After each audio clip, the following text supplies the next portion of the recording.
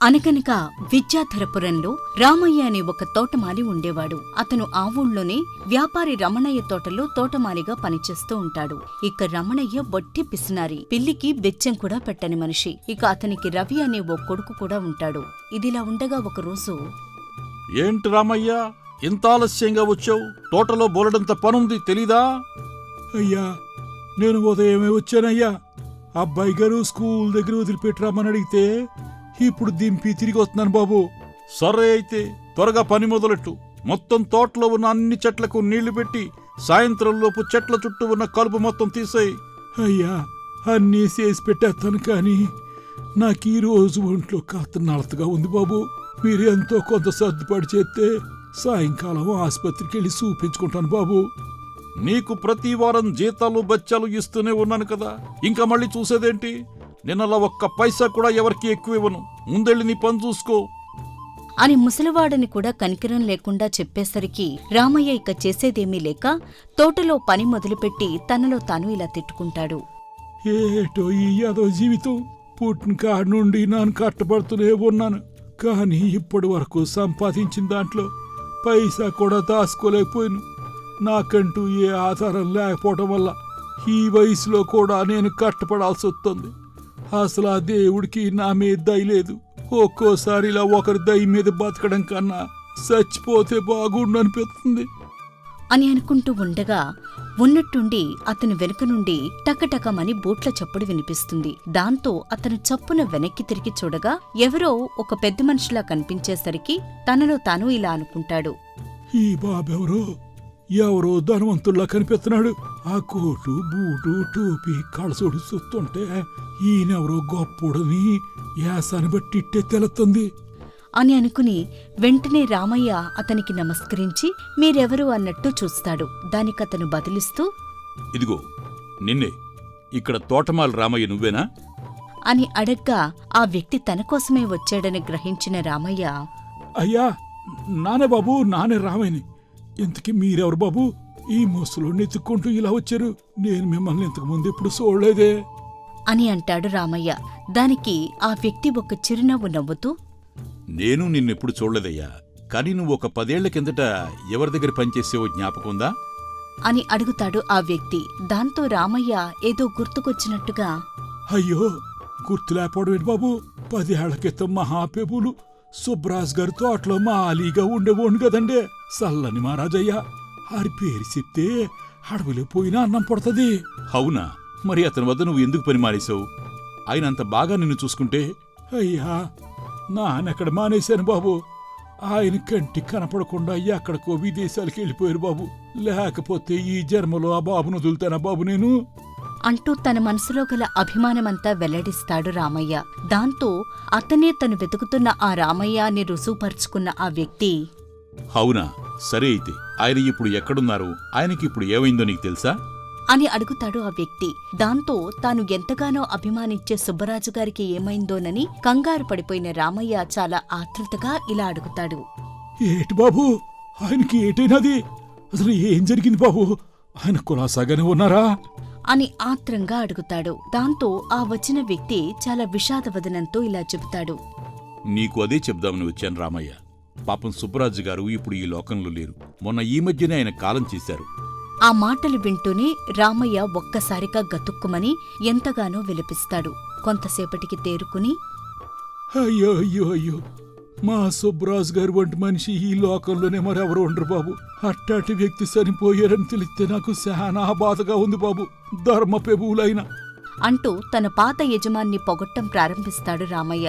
ఆ తర్వాత కొంతసేపటికి అసలు ఆ వచ్చిన వ్యక్తి ఎవరో తెలుసుకుందామని ఇలా అడుగుతాడు, బాబూ, ఇంతకీ తమరెవరు? ఆరికి బంధువులా? అసలు నా దగ్గరికి ఎందుకు వచ్చారు బాబు? కాదు కాదు, నేను వారి బంధువుని కాదు, వారి వకీల్ని. రాజుగారు చనిపోయే ముందు ఒక వీలునామా వ్రాశారు. అందులో మన ఊరి పాఠశాలకు, వైద్యశాలకు, గ్రంథాలయానికి, ఇంకా ఎన్నో సంస్థలకు ఆయన భూరి విరాళాలిచ్చారు అని అక్కడి విశేషాలు చెబుతూ ఉంటాడా వ్యక్తి. ఆయన మాటలు విన్న రామయ్య చాలా సంతోషించి, చెప్పాను కదా బాబు, ఆయన నిజంగా దానకర్ణులు. ఆయన బతుకున్నప్పుడు కూడా ఇలాగే ఎన్నో దానాలు చేశారు. నిజంగా చాలా గొప్ప వ్యక్తి అండి ఆయన.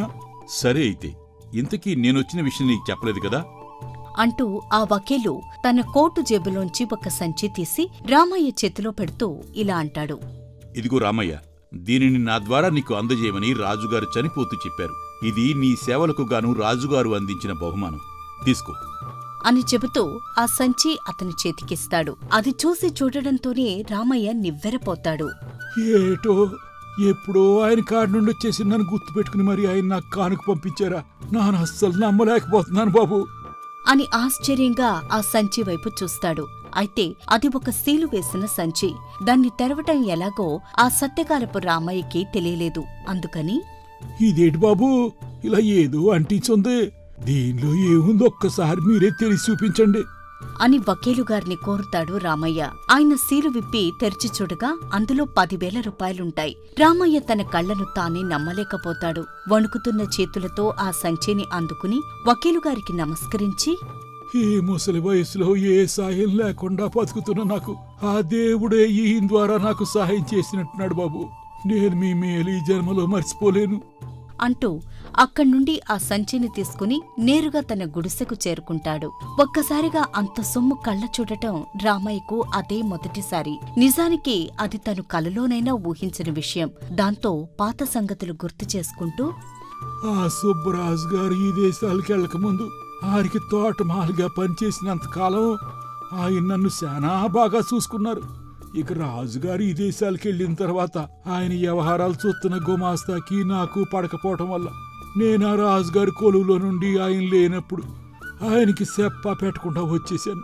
నిజంగా ఆ రోజు నేను తప్పు చేశానని నాకు ఇప్పుడు అనిపిస్తుంది అని అనుకుని ఇప్పుడింత డబ్బు తాను ఎక్కడ దాచాలో తెలియక కొంతసేపు ఆలోచించుకుని ఇలా అనుకుంటాడు. ఎవరూ లేని గుడిసెలో ఇంత డబ్బు దాచిపెట్టడం శ్రేయస్కరం కాదు. ఎందుకంటే మా యజమాని గారు అబ్బాయి రవికి కొంచెం చేతి వాటం ఎక్కువే. నా దగ్గర ఎంత డబ్బు ఉందని తెలిస్తే తప్పకుండా ఇది నా దగ్గర నుంచి దొంగిలించే అవకాశం ఉంది అని అనుకుంటాడు. ఎందుకంటే రమణయ్య కొడుకు రవి కొంచెం చేతివాటం గల మనిషి. ఆ కుర్రవాడు రామయ్య దగ్గర ఎక్కువ చనువుగా ఉండేవాడు. ముప్పొద్దులా రామయ్య పూరిగొడిసె దగ్గరే ఆటలాడుతూ ఉంటాడు. దాంతో రామయ్యకు సంచి చేతికి రాగానే పెద్ద సమస్య పట్టుకుంటుంది. నా గుడిసెకు తలుపులు లేవు, దోర్బంధాలు లేవు. చూడపోతే ఆ రవి ఎప్పుడూ ఇక్కడే ఆడుకుంటూ ఉంటాడు. ఆడిని ఇక్కడికి రావద్దు అనడం సాధ్యం కాదు. ఆ విధంగా రామయ్య శతవిధాల ఆలోచించి ఆనాటి సాయంకాలం ఎవ్వరూ లేకుండా చూసి తోటలో ఉన్న పెద్ద రావి చెట్టు కిందకు వెళ్లి దాని త్వరలో తన సంచి దాచి, హా, ఇది నా గుడిసెలో ఉండటం కన్నా ఇక్కడ ఉండడమే శ్రేయస్కరం. ఎందుకంటే నేను నెమ్మదిగా మా యజమాని నుండి జీతం డబ్బులు తీసుకుని ఈ ఊరు వదిలి ఏరో చోటకెళ్ళిపోయి ఈ డబ్బులతో ప్రశాంతంగా మిగిలిన శాస జీవితం గడుపుతాను అని అనుకుని ఆ డబ్బులు అక్కడ పెట్టిన సంగతి ఎవ్వరూ చూడలేదు కదా అని రూఢీ చేసుకుని అక్కడ్నుండి తిరిగి ఇంటికి వెళ్ళిపోతాడు. ఇక మరుసటి రోజు రామయ్య తాను అనుకున్న ప్రకారం తన యజమాని వద్దకు వెళ్లి, అయ్యా, నేనిక మోసలోడినైపోయాను బాబు. తోట పని పెద్దగా చేసే ఓపిక నాలో లేదు. అందుకే మా ఊరికి తిరిగి వెళ్ళిపోదాం అనుకుంటున్నాను. మిగిలిన జీవితం అక్కడే కాలక్షేపం చేసుకుంటాను బాబు. నా జీతం డబ్బులు నాకు ఇచ్చి ఇక నాకు సెలవు ఇప్పించండి అయ్యా. సరేనయ్యా, ఒంట్లో ఓపిక లేని నీ చేత మాత్రం నేను ఎంతకాలం పనిచేయిస్తాను? నువ్వు కాకపోతే మరొకడొస్తాడు. ఇక జీతం డబ్బులంటావా? ఈరోజు శుక్రవారం, నేనెవరికి డబ్బులు ఇవ్వను. రేపు ఉదయమే వచ్చి తీసుకెళ్ళిపో అని అంటాడు రమణయ్య. దాంతో రామయ్య చాలా సంతోషంగా అక్కడ్నుండి వచ్చేస్తాడు. అయితే రామయ్య ఒకటి అనుకుంటే అక్కడ మరోటి జరుగుతుంది. రవి ఎప్పుడు చూశాడో ఎలా కనిపెట్టాడో గాని రామయ్య చెట్టుదొరలో దాచిన ఆ సంచి చల్లగా కాచేసి తిన్నగా పట్టుకుపోయి తండ్రి రమణయ్య చేతిలో పెట్టి ఇలా అంటాడు. నాన్నా, మన తోటమాలి రామయ్య దీన్నొక చోట దాస్తుంటే అక్కడ ఆడుకుంటూ ఉన్నప్పుడు నేను చూశాను. అందుకే అతను చూడకుండా నేను ఆ సంచి కాజేసి పట్టుకొచ్చేశాను. ఇందులో ఏముందో చూడు అని చెప్తాడు రవి. ఇక పరుల సొమ్మును పరమ పవిత్రంగా భావించే రమణయ్య వెంటనే ఆ సంచిని అందుకుని అందులో డబ్బులుండటం చూసి పట్టలేని సంతోషంతో ఆ సంచిలోని డబ్బు లెక్కించటం గొడవలో పడి కొడుకు చెప్పే మాటలేవి సరిగ్గా వినిపించుకోడు. సరిగ్గా 10,000 అబ్బో, ఎంత డబ్బో! ఈ రోజు నా కొడుకు వల్ల నాకు అదృష్టం పండింది అంటూ పదే మళ్లీ లెక్క పెడుతూ ఉంటాడు రమణయ్య. ఇంతలో కొడుకు అక్కడే ఉండటం గమనించి ఆ డబ్బు సంచి అతను ఎక్కడ్నుంచి తెచ్చాడో కూడా తెలుసుకోకుండా, రవి, నువ్వు ఇంకా ఇక్కడే ఉన్నావేంటి? ఈ డబ్బుల సంగతి నేను చూసుకుంటాను గాని నువ్వు పోయి ఆడుకో అని చెప్పి కొడుకునక్కడి నుంచి పంపించేస్తాడు. అతడు అదే పనిగా సంచిలో సొమ్ము లెక్కిస్తూ ఉంటాడు. ఇక మరుసటి రోజు రామయ్య యజమాని వద్దకు వెళ్లి, బాబు, నేను అత్యవసరంగా మా ఊరికి పోవాల్సిన పని పడింది బాబు. కాబట్టి మీరిస్తానని చెప్పి నా జీతం డబ్బులు ఇప్పిస్తే నేను వెళ్తాను బాబు అని అడుగుతాడు రామయ్య. అందుకు రమణయ్య ఎంతో విచారం నటిస్తూ రామయ్యతో ఇలా అంటాడు. సర్రేనయ్యా, నీకు రావాల్సింది లెక్క కట్టి చూశాను. ఇదిగో నీకివ్వాల్సింది తీసుకో. అయితే వెళ్లే ముందు ఒక మాట. ఈ ముసలి వయసులో నీకు ఇంత విశ్రాంతి గల కొలువు మరొక చోట దొరకడం కష్టం. ఏవైనా 10 ఏళ్ల నుంచి నువ్వు మమ్మల్ని కనిపెట్టుకుని ఉంటున్నావు. ఈ రోజు నువ్వు మమ్మల్ని విడిచిపెట్టి వెళతానంటే మాకు చాలా బాధగా ఉంది. మరోసారి ఆలోచించరాదు అని అంటాడు ఎంతో అభిమానం నటిస్తూ. అయితే పైకి ఇలా విచారం వెల్లడించాడే గాని తన మనసులో ఇలా అనుకుంటాడు. అమ్మయ్యా, ఇప్పుడు వీడి ఇక్కడి నుంచి వెళ్ళిపోతే వీడు దాచుకున్న 10,000 మనకి దక్కినట్టే. ఈ రోజుతో వీడి పేడ వదిలితే అన్ని విధాలా మంచిది అని తలచి లోపల ఎంతగానో సంబరపడతాడు. ఇక ఈ మాటలేవి పట్టించుకోని రామయ్య అతని వద్ద సెలవు తీసుకుని అక్కడి నుండి వెళ్ళిపోతాడు. ఇక అప్పటి వరకు అది గమనిస్తున్న రవి తన తండ్రి వద్దకు వచ్చి ఇలా అంటాడు. నాన్నా, ఆ రామయ్య ఎంత నిర్భాగ్యుడు. తానేమో చాలా తెలివైనవాడినని తెగ్గా మురిసిపోయాడు. అతను ఎవరికీ తెలియకుండా దాచిన సంచిని నేను కొట్టేసి అతన్ని బోల్తా కొట్టించాను. ఇప్పుడు అతనికి ఆ సంచి అక్కడ లేదు అని తెలిస్తే ఎంత ఏడుస్తాడో ఏంటో. అవునరా పాపం. అందుకే మరి అంత అన్యాయం చేయకూడదని అతని జీతం డబ్బులు పైసా కూడా ఉంచుకోకుండా తిరిగిచ్చేశాను. అవునా? ఇంతకీ నిన్న నీకిచ్చిన సంచి ఎక్కడుంది? జాగ్రత్తగా దాచావు కదా అని అడుగుతాడు. దాంతో రమణయ్య ఒక చిరునవ్వు నవ్వి తన కొడుకుతో ఇలా అంటాడు. ఒరే నాయనా రవి, నేను సంచి ఎక్కడ దాచానో హరిహర బ్రహ్మాదులకు కూడా తెలియదన్నమాట. అటువంటిది పిచ్చి పుల్లయ్యగాడు ఆ రామయ్యకలా తెలుస్తుంది అని చెప్పి మళ్లీ నవ్వుతాడు తన ప్రజ్ఞకు పొంగిపోతూ. దాంతో వెంటనే రవి, ఏంటి? సంచి తీసుకువెళ్ళి మళ్ళీ దాచిపెట్టావా? ఎక్కడ దాచావు నాన్నా? ఇంట్లోనా, బీరువాలోనా అంటూ ఆత్రంగా అడుగుతాడు రవి. దానికి రమణయ్య ఆ కుర్రవాణ్ణి ఇంకా దగ్గరకు తీసుకుని అతని చెవిలో రహస్యంగా ఇలా చెప్తాడు. ఒరే రవి, ఈ సంగతి ఎవరికి చెప్పకు, జాగ్రత్త. మన తోటలో తూర్పు దిక్కున పురాతన బావి ఉంది కదా, అక్కడ ఉన్న పెద్ద రావి చెట్టు తెలుసు కదా, దాని త్వరలో ఆ సంచిలో మన డబ్బులు కూడా కొనిపెట్టి మరీ జాగ్రత్తగా దాచిపెట్టాను. ఎందుకంటే ఊళ్ళో దొంగల బెడద ఎక్కువగా ఉంది కదా అని అంటాడు రమణయ్య.